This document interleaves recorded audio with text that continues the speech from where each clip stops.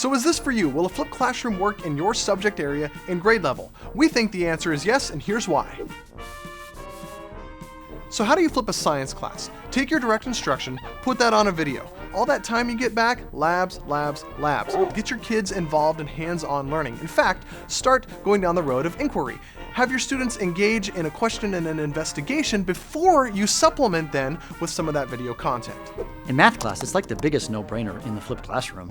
Kids struggle with math content, so put the problems and how to do that on the video so that when they're in class, they get the help that they need. But don't just solve problems. Make sure you're also bringing in problems and projects that enhance the learning environment for your students. Can you flip a class like English that isn't real content heavy?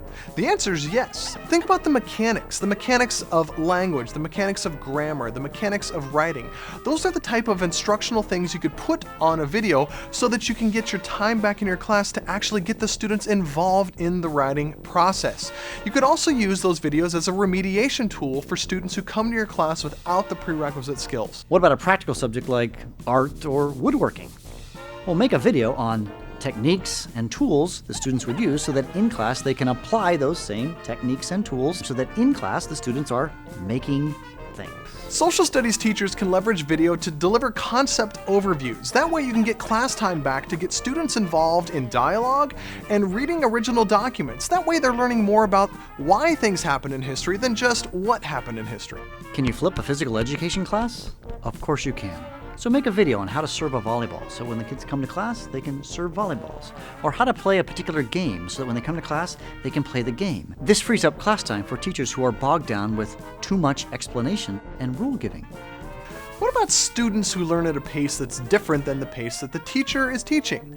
They could be a student who learns very, very quickly or a student who might learn a little more slowly. Well, having a flipped classroom in place gives the students control over the pace at which they're exposed to content. A student can watch a video at double speed and hear the content faster.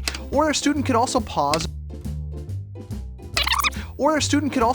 and rewind if they need to hear content slower or multiple times.